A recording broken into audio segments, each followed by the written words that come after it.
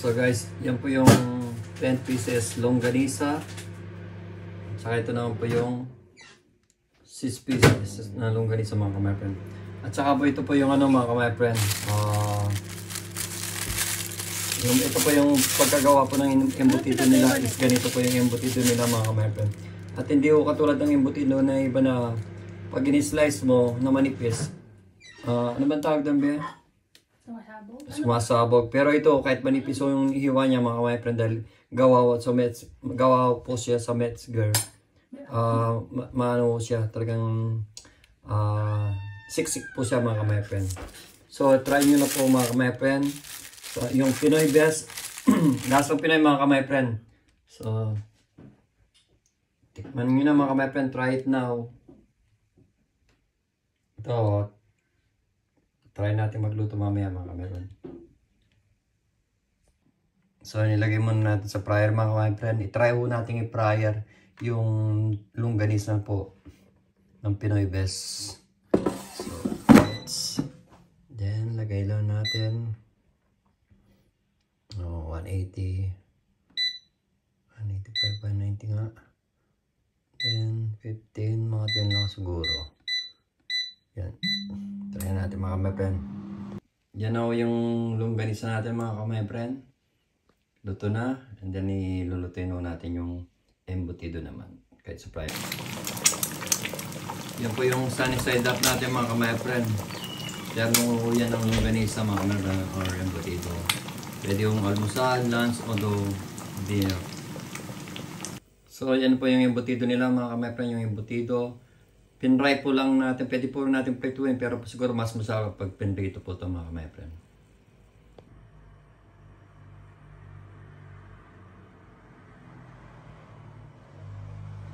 Sarap niya mga ka-my friend. Amoy niya talaga yung ano, yung talagang typical na longganisa talaga sa Philippines mga ka-my friend. Talagang sobrang sarap.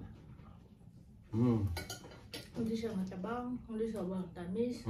Kakto talaga. Hindi siya maalat. Saktong-sakto lang, magugustuhan na anak ko ito. Yung ako nakatera sa Berlin. Pag uwi niya dito. Masarap na longganisa. Yung lasa ng longganisa ko, ang kuha niya. Ito yung gusto ni Gian eh. Yung gusto ng anak ko. Kasi yung dala namin yung ibang longganisa nun, nabibili sa mga supermarket. Hindi siya masarap mga ka-my friend. May halo. Iba kasi yung... May halong harina kaya pag inano, hindi na... Parang purong harina na lang. Parang tayo hindi rin nasarapan eh. Pero ito talagang, tikman nyo mga ka-my friend. Mga ka-my friend guys, talagang hindi kami nagsisinungaling. Yung longganisa pa lang. Gusto ko talaga yun ang Sulit na sulit sa mga ka-my friend. Actually pareho eh. Masarap na pareho. Yung nag-ano yung tekso niya. Mag-order kami nito. Yung tekso niya yung tamis at saka konting alat niya. Tsaka konting niya. Sakto siya.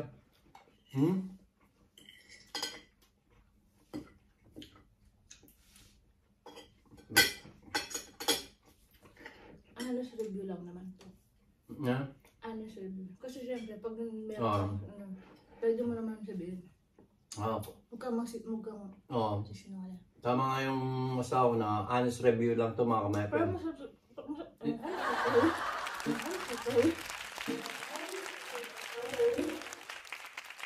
Hindi pa pwede na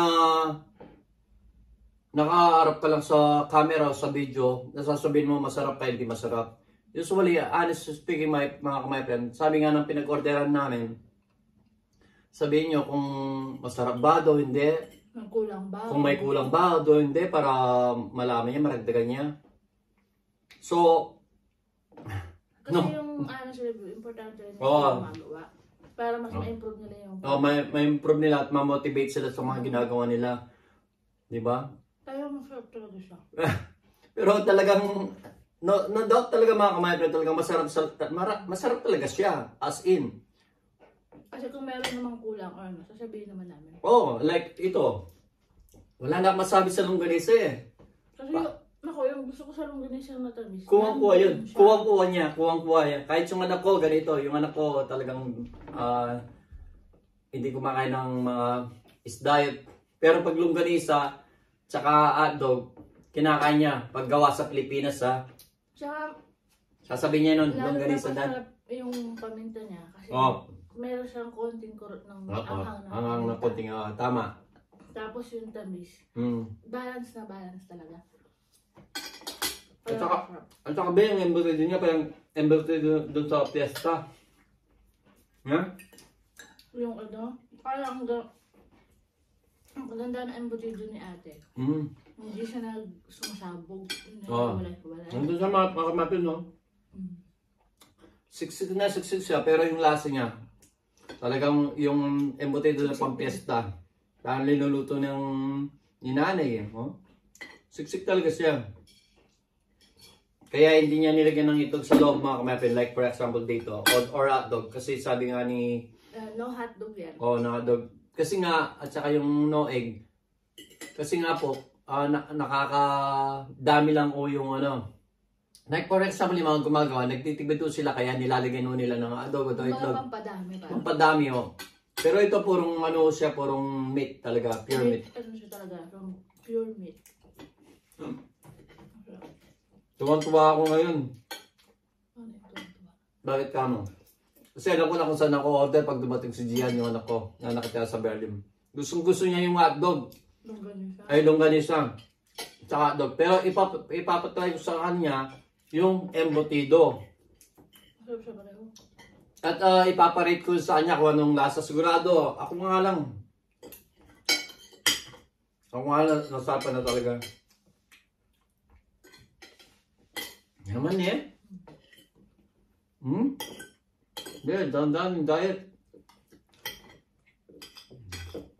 Walang diet yan.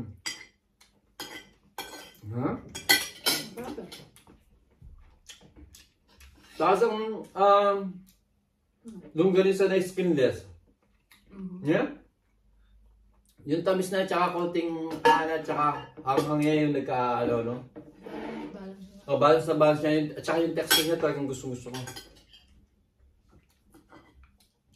Kung sakasakaling ako magre-rate dito, i-rate ko to 10. 9 to 10, ganyan. Top 10. May mga products kasi dito na kababayan natin ang gumawa. Pinoy. Sarap niya. Kasi yung ibang... So ako pa naman, hindi ako sa ulam, matipid ako sa ulam ko. Yung ulam ko. Yung asawa ko, nakarami yung asawa ko, 2 longganisa, tsaka nagustuhan niya, it means nagustuhan niya. Usually, hindi kumakain ng marami to. Kuha pa ka nakalimutan namin yung service ng mga kamatin. Sarap yan. 2 lang naman kami.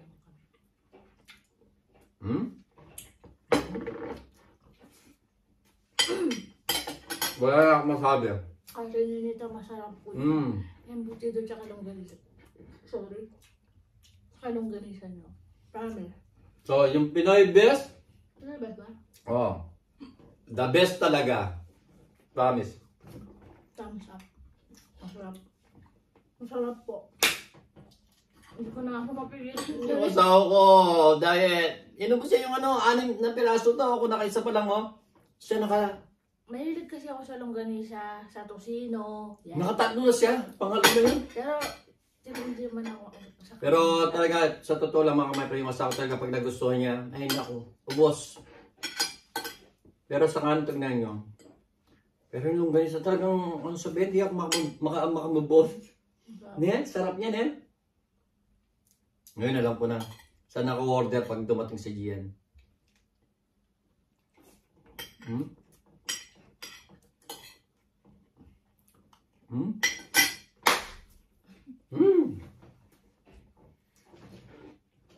Galing talaga ni Ate Neda.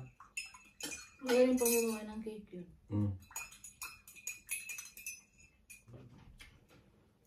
Nung nag-birthday ako sa kanya paggawa ng cake. Ang cake ko, TikTok. Ang gumagawa rin nung sa cake. Next time, next video namin, gagawa daw kami ng video content sa gawang cake ni Ate Ninita. At paano niya ginagawa. Sarap niya? Meron ba? Ha? Ano? Yung price niya, isa-send pa lang sa atin ni Ate Ninita.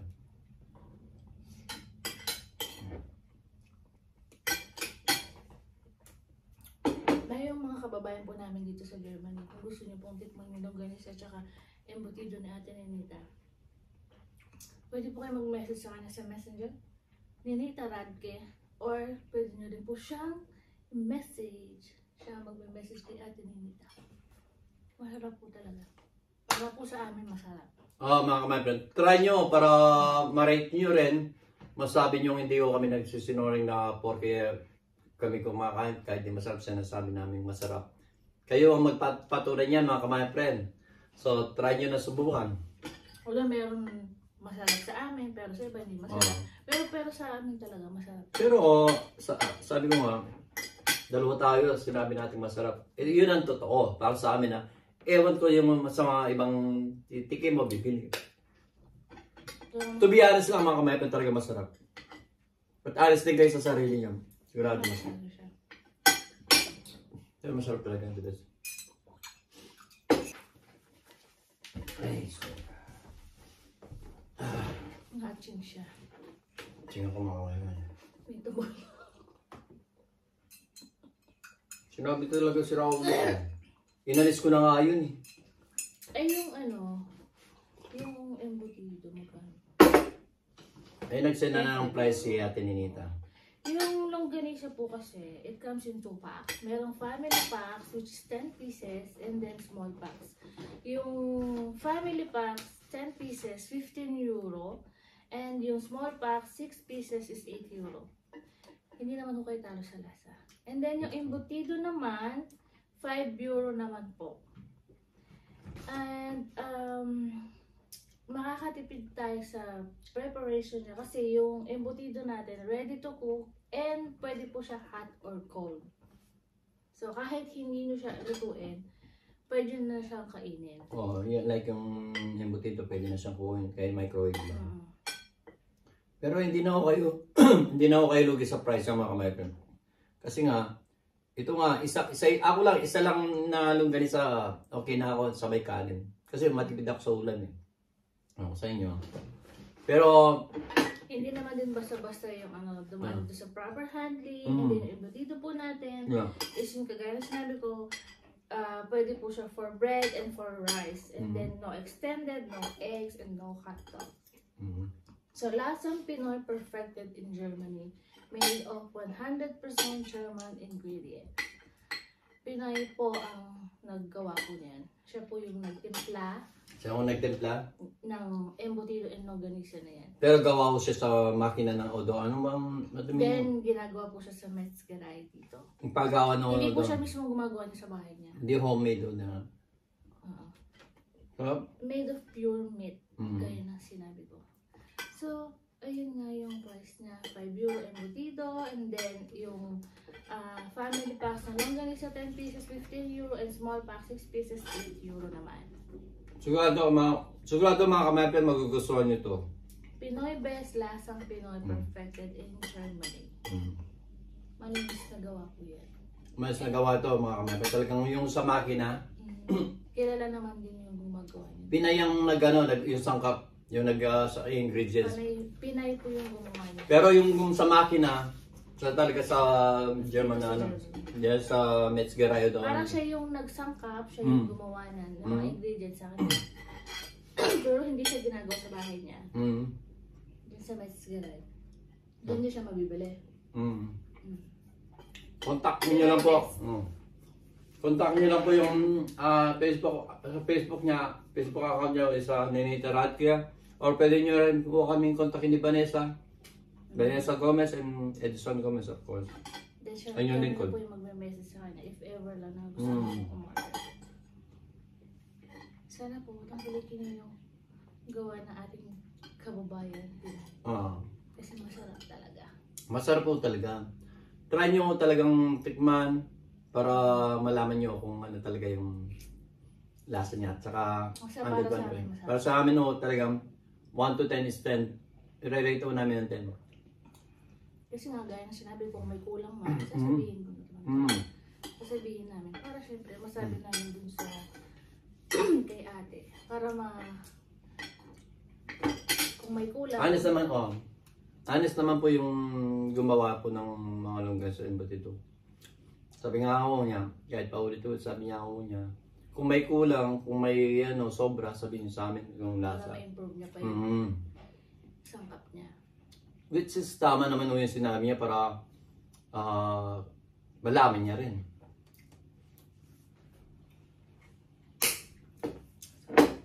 Sarap. The best. So yun lang po yung masasabi namin. Masarap. Ate Ninita, tingnan po, masarap po talaga yung longganisa at embutido. Kahit paulit-ulit. Masarap po talaga. Tapos partner mo pa ng itlog and then fried rice. Naku. Hindi ko kami nagsisi na umorder at video sa inyo. Talaga napakasarap po talaga ng itong longganisa at embutido nyo. Sobrang sarap po makamay. So syempre, makakatulong din tayo sa kapwa natin. Natangkilik natin. Yung natutuwa lang ako mga kabayan babe. Sa longganisa niya, embutido pa lang. Parang yung embutido na pag nagpe-fiesta, yung amoy pa lang kanina pagkabukas ko ng ano niya. Ano bang pag nagpe-fiesta sinasabi mo? Yung nagpe-fiesta kasi, normal na daw. Pero iba yung embutido niya sa fiesta. Sa fiesta, sa Pilipinas is, mayroon siyang itlog at saka ano. Ang design lang mga babe, yung amoy niya. Oh, yung amoy. Yung amoy niya. Yung pagkagawa. Yung pagkagawa is magkaiba. Tsaka wala ko siyang dog at saka sa inside. Ang inaano ko lang yung amoy niya pagkabukas mo itong embutido nito, yung amoy na nasa alupod. O yun, tsaka bubuksan yung nasa alupod is the same yung amoy. Hindi naman kami mga professional na cook ni Vanessa, pero marunong din kami sa panglasang Pinoy. Ito, yan. Lasa to.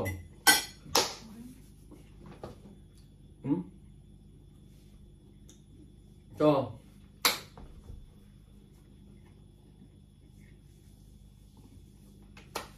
Masarap po talaga. Masarap po talaga mga kamay. Sana po, umorder po kayo kay Ate Ninita ng embutido and longganisa. Kasi talaga naman po masarap. Siguradong masarap. Masasabang talaga. Ninita Radke, ang name po niya. So, lalagay ko na lang dito mga kamay friend. Yan po. Diyan. So, try nyo para matikman nyo. So, very fine yung embutido niya. Hindi talaga siya naghihiwalay-hiwalay. Hindi na sumasabog or giniling. Ganon. Sa kanya hindi. Talagang tsaka siksik na siksik siya mga my friend. Kaya yung niya, yung isang embutido niya to is 300 grams siya. Hindi ko alam kung ilang... 300 grams. Pero sa 5 euro, murang-mura na siya. Kasi sa 5 euro, iiwain mo yan. Dalawa na kayong makakain. O tignan mo, may tira pa kami. Busog na ako Sa 5 euro, embutido, kung dalawa kayo, okay na yun. Sulit na yun. Pero longganisa talaga. Pero longganisa, the best talaga. Boto ako, talagang ako sa longganisa is, pares lang, pero mas ako sa longganisa dahil si Gian. Yung anak ko na mahilig sa longganisa. Sarap talaga, wala akong masabi. So, yan po yung honest review namin. Masarap po yung embutido and longganisa ninyo. Natin Ninita, masarap po talaga. Sana try niyo po. Masubukan niyo din yung longganisa. See for yourself na masarap talaga yun. Malaman nyo na, tama pala yung sabi ni Vanessa at ni Edson na masarap talaga yung longganisa at embutido. Masarap talaga. Sayang lang po. So, hanggang dito na lang mga kamay friend. Thank you so much for watching at our YouTube channel, Team Gomez Vlog mga kamay friend. So, bye-bye!